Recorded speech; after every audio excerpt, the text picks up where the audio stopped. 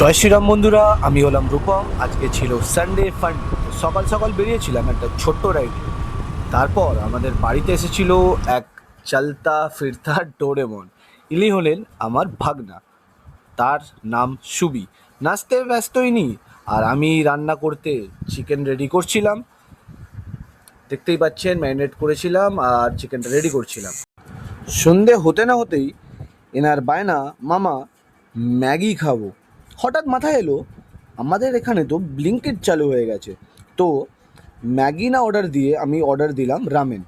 আর genuinely বলতে এই রামেনটা খুবই সুন্দর ছিল। এটাকে আমি 4.3 দিলাম 5-এর মধ্যে। আর এটার যে একটা সস, যে রেড সসটা লাস্টে, ওটা তো একদম ওয়াও ছিল। আর কালকের জন্য রেডি।